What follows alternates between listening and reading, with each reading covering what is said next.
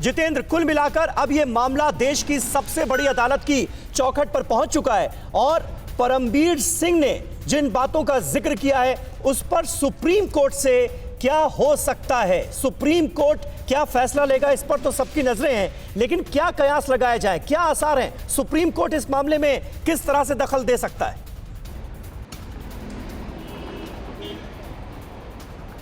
जी देखिए, फिलहाल अभी समीर सुनवाई चल रही है। हालांकि सुप्रीम कोर्ट ने एक इशारा जरूर किया है, उनको बोला गया है कि आप बॉम्बे हाई कोर्ट क्यों नहीं गए, पहले आपको वहां जाना चाहिए था। तो इशारा एक किया गया है, लेकिन अभी भी सुनवाई की जा रही है, उनके पक्ष को सुना जा रहा है। हालांकि साफ तौर पर यह भी बोला गया परमबीर के वकील की तरफ से कि उनका जो मौकिल है उसके ऊपर लगातार सरकार की तरफ से दबाव बनाया जा रहा है, एक साजिश तैयार की जा रही है। लेकिन फिर उसके जवाब में कोर्ट ने बोला कि आपको पहले बॉम्बे हाई कोर्ट जाना चाहिए था। तो फिलहाल अभी सुनवाई चल रही है, होगा क्या इस पर टिप्पणी करना अभी बेहद मुश्किल है समीर। बहुत मुश्किल है जितेंद्र, और जाहिर सी बात है अभी शुरुआत हुई है सुनवाई की। लेकिन क्योंकि परमबीर सिंह ने अपनी याचिका में दो अहम बातें की हैं, एक तो मुंबई के पुलिस कमिश्नर के पद से जिस तरह से उनका ट्रांसफर होमगार्ड डिपार्टमेंट में किया गया, और दूसरा ये जो पूरा वसूली कांड है इसकी जांच सीबीआई से कराई जाए। अश्विनी पांडे, मुझे ये बताइए कि अब इस बात के कितने आसार हैं, क्योंकि लगातार बीजेपी ने आज एक डेलीगेशन के तौर पर जब भारतीय जनता पार्टी के नेता मिलने गए राज्यपाल से तो भी यह डिमांड की गई कि सीबीआई जांच इसकी कराई जानी चाहिए, और क्योंकि सीधे सीधे आरोप गृह मंत्री पर लगाए तो कोई राज्य की एजेंसी कैसे उनकी जांच करेगी, यह भी एक बड़ी बात है।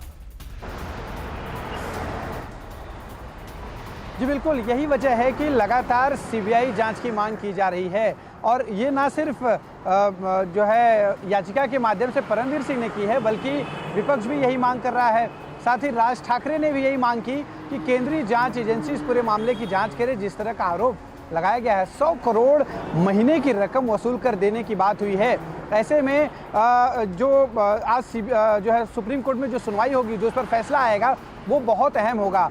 जो एनसीपी के सूत्र हैं वो बताते हैं कि ये फैसला ही अनिल देशमुख की किस्मत तय करेगा। जिस तरह से लगातार एक प्रेशर बन रहा है कि अनिल देशमुख को हटाया जाए पद से, गृह मंत्री के पद पर उन्हें अभी नहीं रहना चाहिए, क्योंकि जिस तरह क्या उनके ऊपर आरोप लगा है। आज इन्हीं चीज़ों की मांग करने के लिए राज्यपाल से मिलने मुख्यमंत्री देवेंद्र फडणवीस समेत जो है बीजेपी के जो तमाम बड़े नेता हैं वो पहुंचे हुए थे।